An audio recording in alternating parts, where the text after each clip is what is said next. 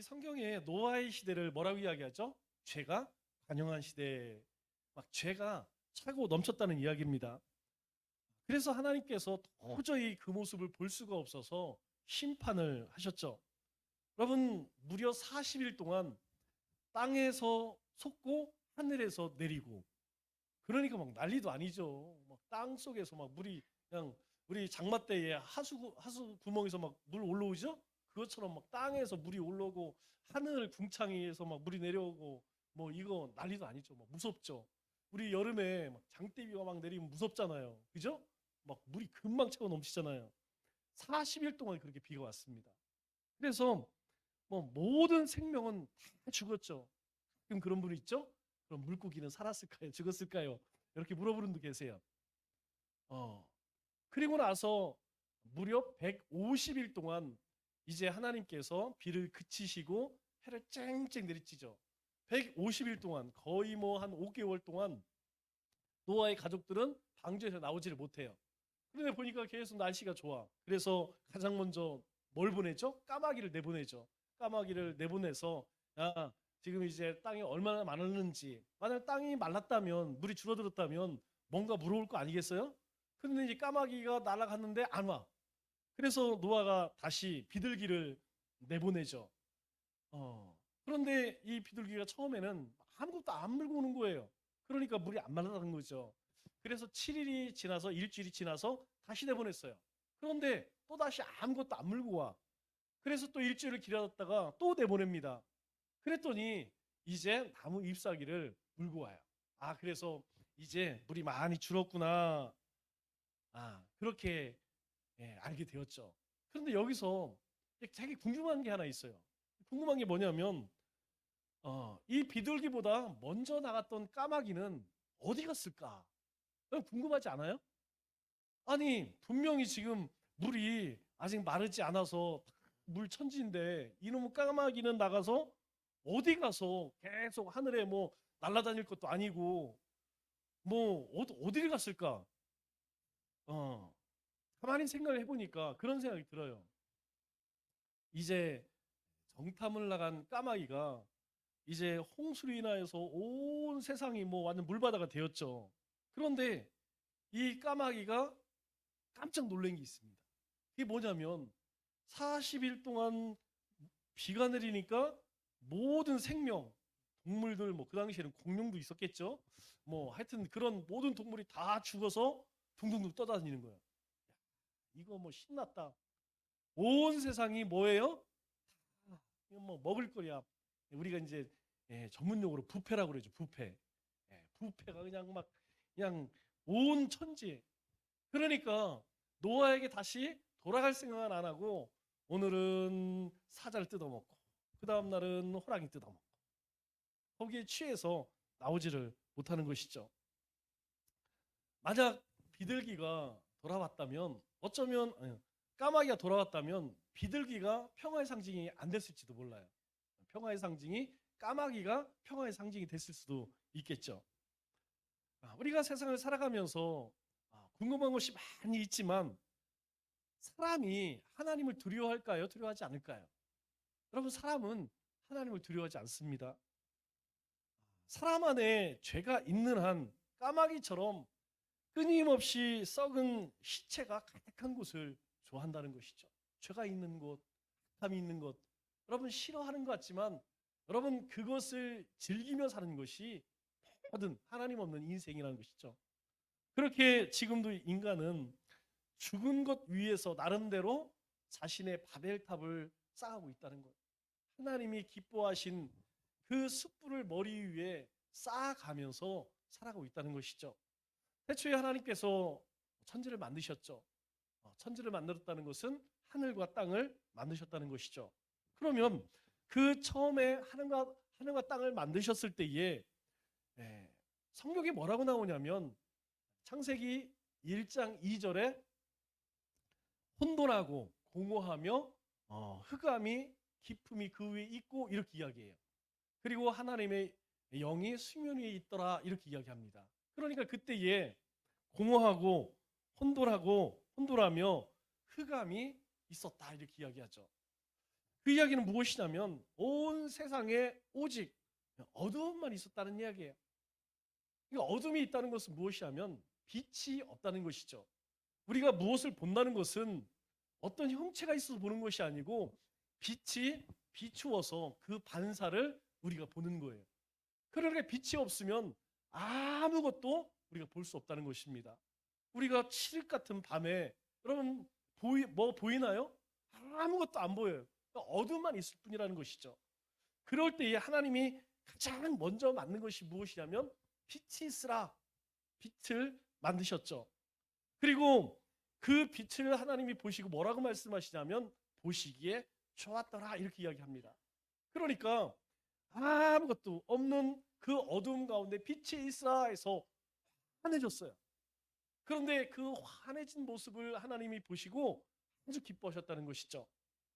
또 하나님께서 그 빛을 어둠과 빛으로 나누셨습니다. 그리고 빛을 낮이라고 이야기하고 어두움을 밤이라고 말씀을 하셨죠. 빛을 창조하시는 분은 하나님이십니다. 그래서 하나님은 하나님이 만드신 것을 보시고 기뻐하셨다. 빛을 보시고 하나님이 행하신 것을 기뻐하셨다. 그런데 어둠에 대해서는 말씀하시나요? 말씀하지 않으시죠. 왜냐? 하나님께서 개입하지 않는, 하나님이 없는 모든 것은 어두움이고, 그리고 하나님이 함께하지 않는 것은 다 하나님이 기뻐하지 않는다는 것이에요. 우리가 이 사실을 잘 깨달아야 합니다. 우리는 하나님을 만나기 전까지 어둠에 속했을까요? 빛에 속했을까요? 성경은 우리에게 이야기합니다. 우리가 하나님을 만나기 전에는 어둠에 속했고 죄에 속했고 사망에 속했고 그리고 사탄에게 속했다 그렇게 말합니다. 그런데 빛 대신 빛을 창조하신 하나님이 우리 속에 빛을 비추기까지 우리는 어둠에 속했지만 우리에게 빛을 비추심으로 인하여서 우리가 빛의 자녀가 되었다 그렇게 말하죠. 그래서 고린도후서 4장 6절에 어두운 데서 빛이라 말씀하시던 그 하나님께서 빛을 만드신 분은 하나님이라는 거예요. 예수 그리스도의 얼굴에 있는 하나님의 영광을 아는 빛을 우리 마음에 비추셨느니라. 우리는 어둠에 있었기 때문에 빛을 몰라. 그런데 하나님께서 빛을 만드신 하나님이 우리 가운데, 우리 마음 가운데 빛을 비추니까 그때 비로소 이것이 빛이구나. 그 전까지는 어둠에 살았기 때문에 다 어두운 것으로 세상의 모든 것이 다 어둠밖에 몰랐다는 것이죠. 그런데 하나님께서 우리의 마음에 빛을 비추시니까 그제서야 우리가 하나님을 알고 하나님이 보내신 예수님을 영접할 수 있게 되었다 그렇게 말씀합니다. 빛을 창조하신 하나님은 우리 가운데에 성령님을 보내주셨죠. 그 성령님은 우리로 하여금 빛 대신 하나님을 알게 하십니다. 그래서 우리로 하여금 빛 가운데 거닐게 한다는 것이죠. 이것을 하나님의 형상 회복이라고 이야기하죠. 우리는 빛이신 그 하나님께서 우리 가운데 오심으로 말미암아서 우리가 그 하나님을 알 뿐만 아니라 우리 자체가 빛이 되었다는 거예요. 여러분 우리는 빛입니다. 그래서 너희는 세상에 뭐다? 빛이다 이렇게 이야기해요. 너희는 빛이다. 빛과 비슷하다. 빛과 같다 이렇게 얘기 안 씁니다. 너희는 빛이다 이렇게 이야기해요. 우리가 그런 존재라는 것이죠. 왜? 빛 대신 하나님이 우리 가운데 함께 하시기 때문에. 그래서 우리는 빛 대신 예수님을 우리의 삶에, 우리의 마음의 심령 가운데 모시고 산다는 것이죠. 그래서 우리 가운데 어둠이 우리 가운데 다가오면 우리는 그것을 금방 알아요. 우리는 세상의 악함이 우리 가운데 이렇게 가까이 오면 우리의 삶 가운데 접근하면 이것이 어둠이구나. 이게 빛이 아니구나. 이것이 악한 것이구나. 이게 하나님 만드신 것이 아니구나라는 것을 깨닫게 된다는 것이죠. 그래서 우리는 육체적인 생명과 함께 영적인 생명을 소유하게 되었다는 거예요. 여러분 우리는 영육간 하나님 주신 생명이 있다는 것입니다. 그래서 우리는 그 생명을 가지고 어떻게 됐어요? 거듭났다라고 이야기하는 거예요. 다시 태어났다. 거듭났다. 이제 어둠에 있었던 나는 죽어지고 빛 가운데에서 새롭게 태어났다. 성령님께서 우리와 함께하지 않으면 우리는 빛을 깨닫지 못합니다. 그래서 요한복음 1장 5절에 빛이 어둠에 비치되 어둠이 깨닫지 못하더라. 여러분 이 말이 무엇입니까? 그래서 빛은 예수님을 이야기하고 어둠은 세상을 이야기하는 거 아니겠어요? 지금 온 세상이 어둠 가운데에 죄와 사탄의 종이 되어 있어요. 그런데 빛 대신 예수님이 오셨음에도 불구하고 야 메시아구나 몰랐다는 것이죠. 우리가 성탄절 때 함께 나누었죠. 헤롯도 몰라요. 그리고 대제사장도 그리고 서기관도 그렇게 하나님의 말씀한 정통한 사람들도 그렇게 베들레헴에서 옵니다. 그런데 가서 경배하지 않아요. 예루살렘 사람들 난리가 났어요. 막 사람들끼리 메시아가 왔다며. 그런데 정작 찾아가지 않았다는 것이죠. 왜 그래요? 어둠에 사로잡혀 있기 때문에. 여러분 우리 인생도 마찬가지라는 거예요. 우리 인생도 빛 가운데 거닐 때에 우리가 하나님을 찬송하고 하나님을 향해 기도하고 어떤 하나님이 주시는 꿈을 꾸고 비전을 갖고 예배를 드리고 헌신을 하고 믿음으로 사는 것이지, 여러분 어둠 가운데 있는 사람이 절대로 그와 같은 이것은 부인할 수가 없다는 것이죠. 왜 기도 안 하지? 왜 예배 안 하지? 왜 헌신 안 하지? 이상하죠. 여러분 이상할 게 하나도 없다는 것이죠. 아직도 빛 가운데 거닐지 못하고 어둠 가운데 살아가기 때문이라는 것입니다. 어둠 속에서 영적으로 죽어 있었던 우리는 우리 스스로 그 빛을 깨닫거나 그 영적인 생명을 얻을 수 있을까요? 여러분 우리 스스로는 안 된다. 하나님의 은혜를 베푸시고 우리 가운데 성령님께서 우리의 마음을 움직여 주셔야만, 우리 가운데에 역사하셔야만 가능하다는 거예요. 그래서 우리가 영적인 생명을 얻고 빛 안에서 거하고 그리고 우리 안에 빛이 있는, 여러분 그것은 어떻게 해서 가능한 일입니까? 바로 하나님의 섭리와 하나님의 은혜로 가능하게 되었다는 거예요. 우리가 열심을 부리고 우리가 뭔가 해서 얻은 것이 아니고 하나님의 은혜와 하나님의 섭리라는 것입니다.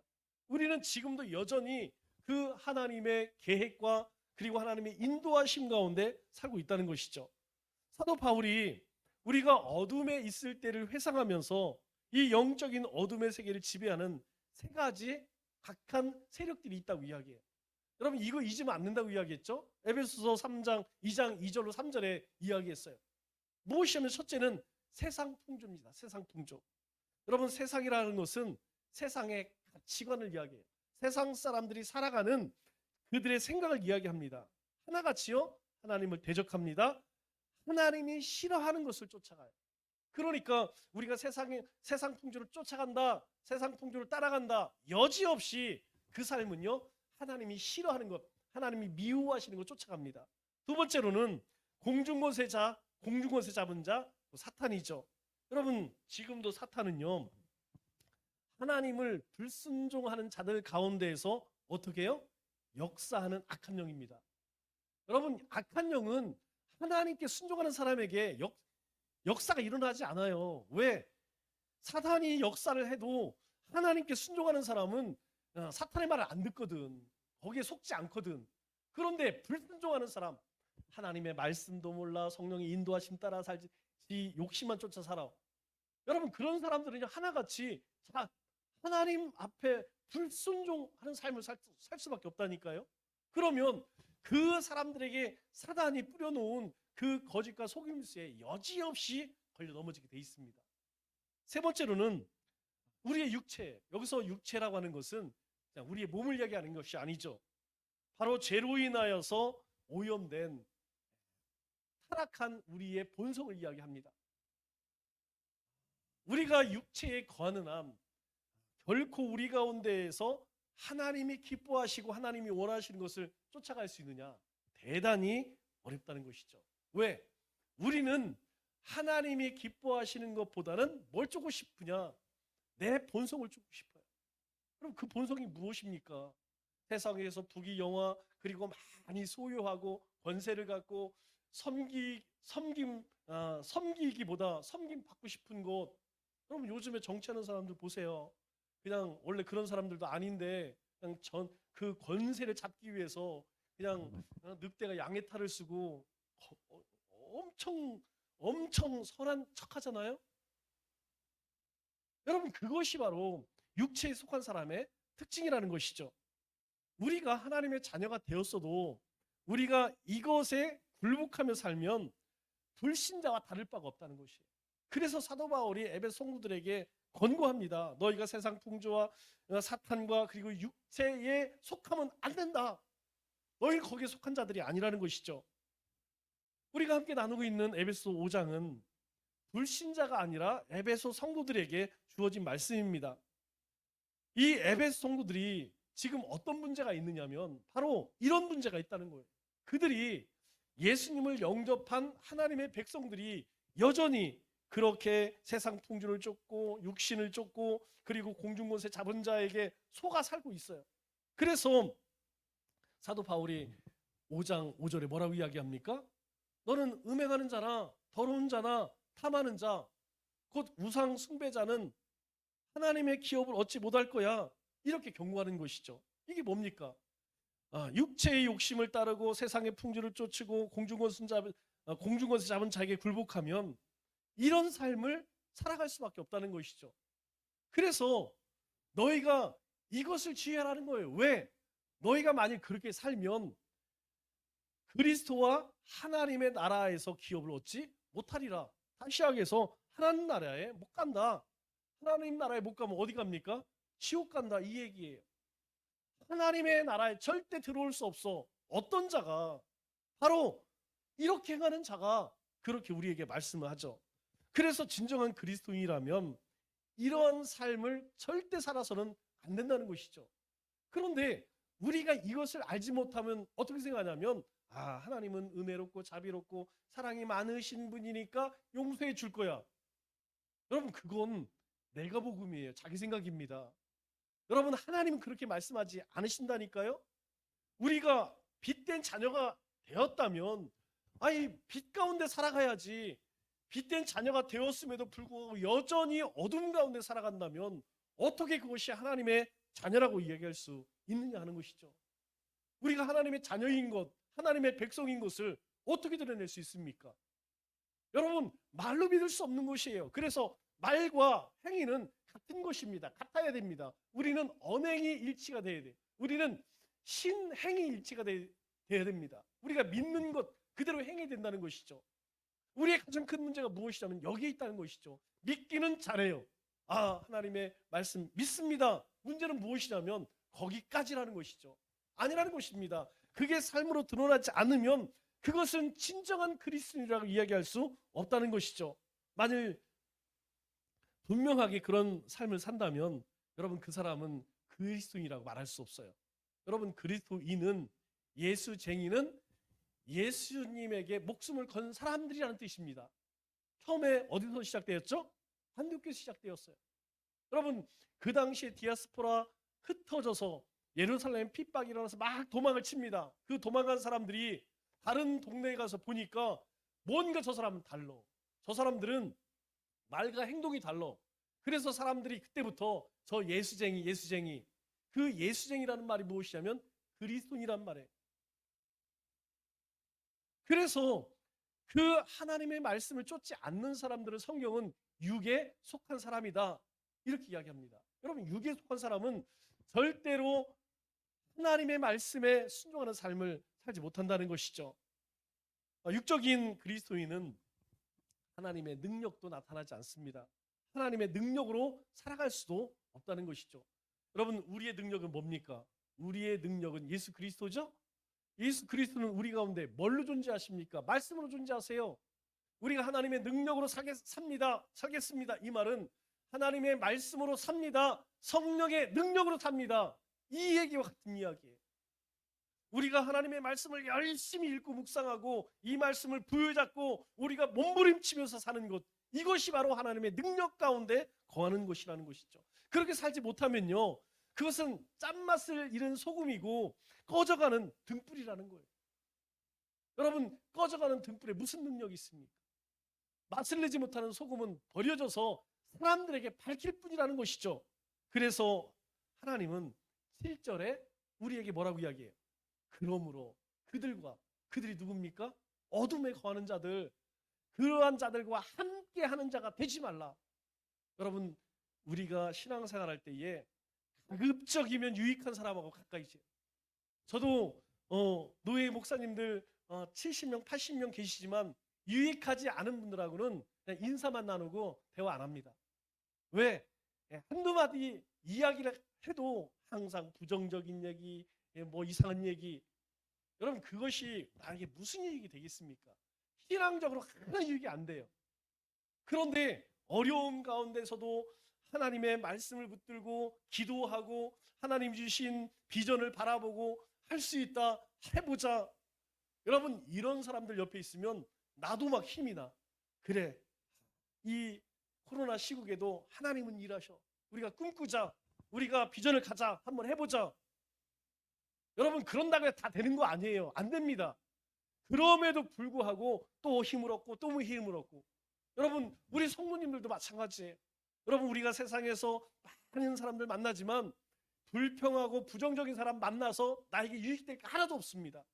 왜? 하나님이 말씀하세요. 그러한 자들, 악한 자들, 어둠 가운데 있는 자들 절대 그들과 함께 하지 마라, 그렇게 얘기해요. 왜 그렇게 이야기할까요? 그 이유가 그렇게 하는 사람들 가운데 하나님의 진노가 임한다고 합니다. 하나님의 진노가 하나님의 심판이 임한다는 거예요. 하나님의 심판이 무엇입니까? 바로 하나님의 나라를 기업으로 주시지 않는다는 거예요. 지옥형을 주신다는 이야기입니다. 그런데 하나님은 하나님의 자녀들에 대해서는 그렇게 행하지 않습니다. 하나님의 자녀들에게는 우리가 빛 가운데 거하지 못하고 어둠 가운데 거할 때에 징계하신다는 것이죠. 그래서 우리가 잘못을 했음에도 불구하고 우리의 삶에 징계가 없다면 여러분, 좋아할 일이 아니에요. 슬퍼할 일입니다. 여러분, 그런 분들이 있어요. 나는 조금만 이렇게 하면 하나님께서 금방 치셔. 여러분, 그 사람은 은혜가 넘치는 사람이에요. 악한 말을 하고 악한 행동을 하고 온갖 더러운 일을 함에도 불구하고 하나님은 나를 건들지를 않아. 하나님은 나를 엄청 사랑하나마. 여러분, 그것은 반대로 생각하는 거예요. 우리 가운데 고난이 많고 시련이 많고 어려움이 많은 것은 하나님이 나를 정말 사랑하시기 때문이라는 거예요. 그거 아셔야 됩니다. 우리 교회도 마찬가지예요. 교회가 편안한 거 좋은 게 아닙니다. 교회 가운데에 많은 역사들, 많은 시험거리가 있다는 것은 많은 일을 하고 있다는 얘기예요. 그냥 아무것도 안 하면요, 아무 일 어려움 없어요. 우리도 아무 일 안 하고요, 그냥 가만히 있으면 아무 문제 없습니다. 왜? 가만히 있어도 사탄이 건들지 않아도 알아서 죄를 먹고 마시는데 왜 건들겠어요? 그러나 우리가 하나님의 말씀으로 의롭게 살려고 몸부림치면요, 사단이 시험하고 이런저런 문제를 찾아온다는 것이죠. 그래서 그리스도인들은 세상 사람들보다 더 많은 고난이 있는 것처럼 보여질 수 있어요. 여러분, 이제까지 삶을 돌아보면서 나는 정말 힘겨운 삶을 살았어. 여러분, 그 축복이에요. 만일 그렇지 않았으면 이미 그 사람은 저 멀리 세상 하나님 곁에서 멀리 떨어져 그런 삶을 살았을 거예요. 그런데 하나님께서 떠나지 못하도록 우리 가운데 그런 시험과 징계를 주심으로, 고난을 주심으로 인하여서 하나님 떠나지 못하게 하나님 주변에서 맴돌게 하신다는 것이죠. 그래서 히브리서 12장 7절 8절에 뭐라고 이야기합니까? 너희가 참음은 징계를 받기 위함이라. 어찌 아버지가 징계하지 않는 아들이 있으리요. 징계는 다 받는 것이거늘 너희가 없으면 사생하여 친아들이 하여. 여러분, 우리는 친아들이기 때문에 우리가 조금만 어긋나면 하나님께서 딱 노려보십니다. 거기서 한 발자국 더 나가면 야, 들어가. 거기서 두 발자국 나오면 치십니다. 세 발자국 나오면 그때는 이제 우리의 귀를 잡고 끌어들이는 것이죠. 그때 우리가 깨달아야 됩니다. 내가 지금 믿음의 길에서 엇나가고 있구나. 그거 깨닫는 것이 은혜예요. 왜 나에게 이런 시험을 줍니까? 왜 어려움을 줍니까? 이건 믿음이 없는 그런 모습이죠. 하나님은 우리를 하나님의 자녀로 대하세요. 여러분, 꼭 기억하시고. 세상 사람들은 내가 뭐 가진 거 없고 별 볼 일 없기 때문에 무시하고 그렇게 업신여기지만 하나님은 그렇지 않다는 거예요. 하나님은 우리를 대하실 때에 온 천하보다 귀한 하나님의 자녀로 나를 대하신다는 거예요. 여러분, 우리의 자녀들을 보면, 여러분 세상 사람들은 어떻게 평가할지 모르겠지만 내 눈에는 얼마나 이쁩니까? 제가 오늘 사진을 이렇게 정리하다가 아이들 4살, 5살, 6살 때 사진을 우연찮게, 그때 막 핸드폰 처음 나왔을 때 그 화질 안 좋은 거 있죠. 그걸로 찍은 게 있더라고요. 그것을 보면서 이 아이들이 지금 이렇게 커서 징글하게 말을 안 듣네. 여러분 그렇다 할지라도 세상에서 제일 이쁜 애들은 우리 애들이지 옆집에 있는 철수가 아니라니까요. 우리의 자녀들을, 제 자녀를 볼 때에는 내 아들 딸로 본다는 것이죠. 하나님이 우리를 보실 때 그렇게 보신다는 거예요. 하나님은 우리가 아무리 별 볼 일 없지만, 아무리 초라하지만 그럼에도 불구하고 하나님의 자녀이기 때문에 자녀로서 대한다는 거예요. 그래서 하나님의 선하신 목적대로 때때로 우리를 징계하실 때가 있습니다.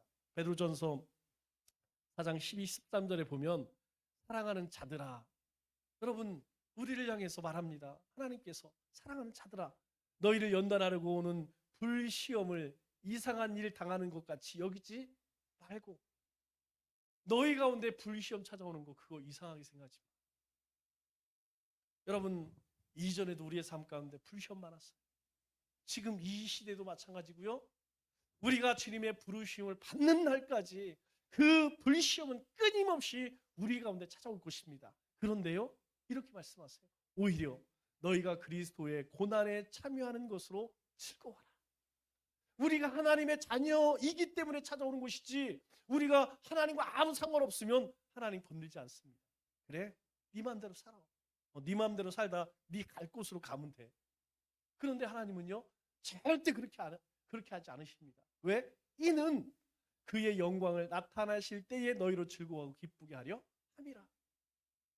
하나님 앞에 섰을 때에 우리를 통하여서 하나님이 기쁨 받으시기 위해서, 우리를 통해 하나님 영광 받으시기 위해서 결코 그렇게 버려두지 않는다는 것이죠. 우리가 신앙생활하면서 내가 절대 죄를 짓지 말아야지. 여러분 이 결단 아주 중요합니다. 그러나 이 결단보다 더 중요한 것이 무엇이냐면 내가 하나님이 기뻐하시는 의의 병기가 돼야지. 이게 더 중요해요. 여러분 내가 이거 하지 말아야지 저거 하지 말아야지 신앙생활 못합니다. 힘들어서. 그런데 내가 오늘 하루도 하나님이 기뻐하시는 의의 삶을 살아야지.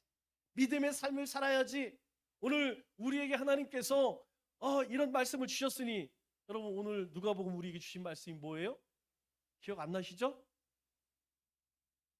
여러분 하나님께서 이 엘리사벳 이후에 마리아 가운데서 하나님께서 약속하신 대로 그 일들을 이루어 나가시잖아요. 약속을 성취하시는 하나님을 볼 수 있다니까요. 그 하나님께서 그 동네 사람들에게 뭐라고 이야기합니까? 그 동네 사람들에게 요한을 낳고 나서 제가 하나님의 은혜를 덧입었으니까 뭔가 일내겠네, 이렇게 오늘 큐티가 끝나요.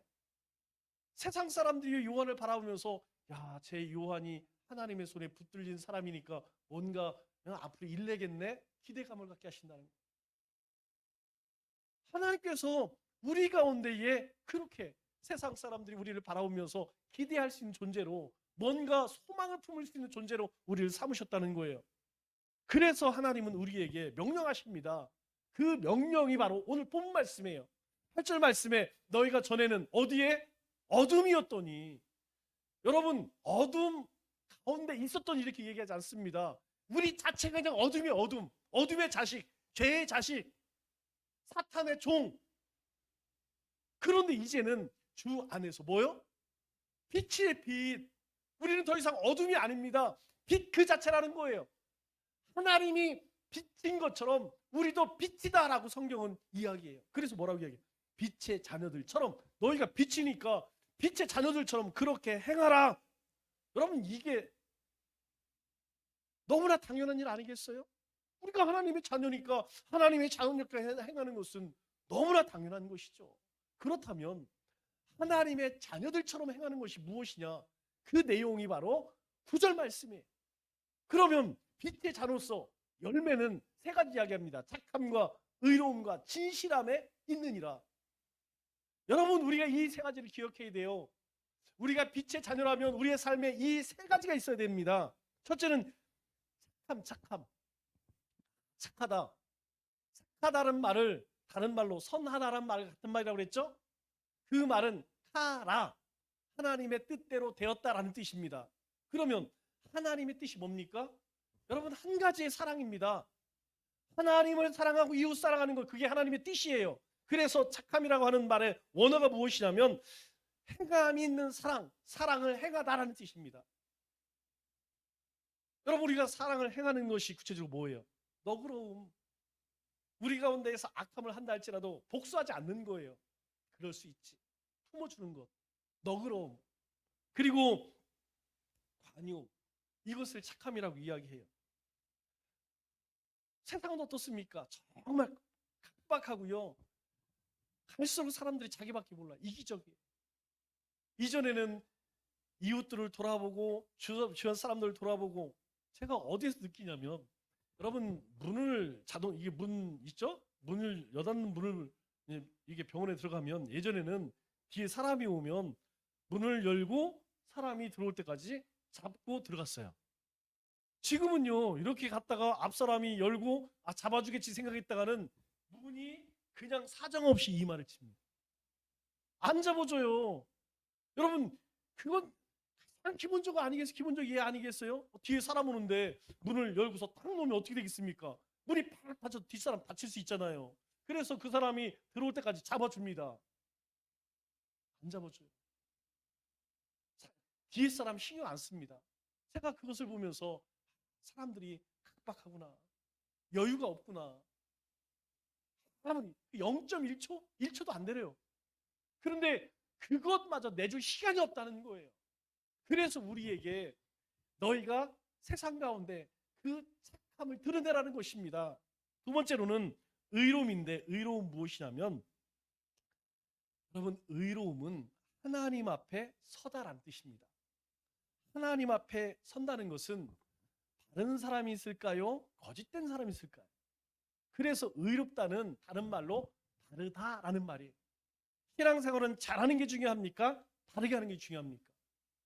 여러분, 잘하는 거 중요하지 마. 여러분, 잘하려고 하지 마세요. 잘하려고 하면 자꾸 편법을 쓰고 불법을 행하게 됩니다. 왜? 잘해야 되니까. 제가 잘해볼까요? 제가 목회를 잘해볼까요? 여러분, 들복게 못 삽니다. 여러분들에게 새벽 기도 왜 안 나와? 한번 볶아볼까요? 왜 전도 안 해?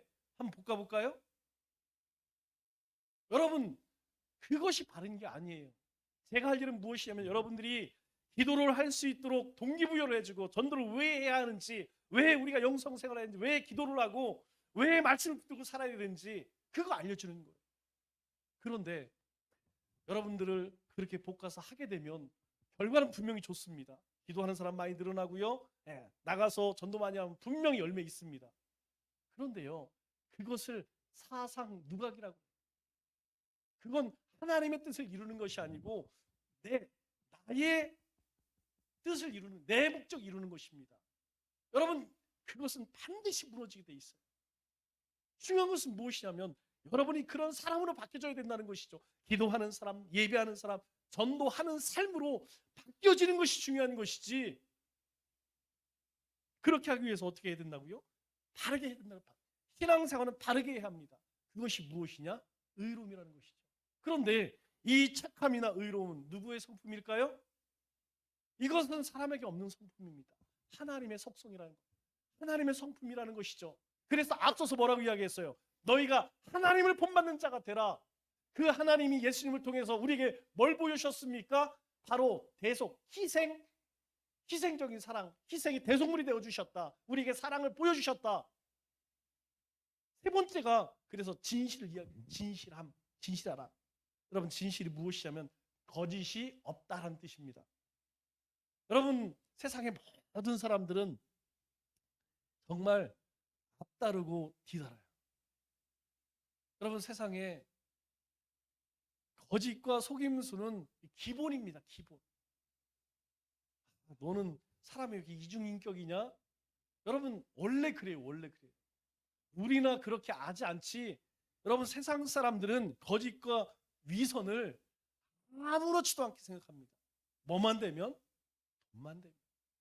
나한테 이익만 되면 거짓말하고 속이는 것, 여러분 보세요. 우리가 정치를 한번 보세요.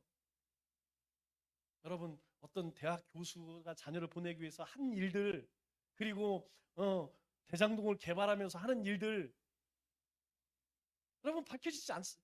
예전 같으면 밝혀지고도 남을 일이죠. 그런데 밝혀지지 않아요. 왜? 그 사람이 혹시 대통령 될 수도 있기 때문에. 거짓과 위선이 뭐 대단한 거냐? 그 사람들에게는, 세상 사람들에게는 아무것도 아니라는 것이죠. 그러나 너희는 다르다는 거예요. 너희는 그렇게 하면 안 된다는 겁니다. 여러분 진실함이라는 것은 무엇이냐면 기면 기고 아니면 아니다라고 이야기하는 거예요. 여러분 참되지 않은 것을 참되다라고 이야기할 수 있습니까?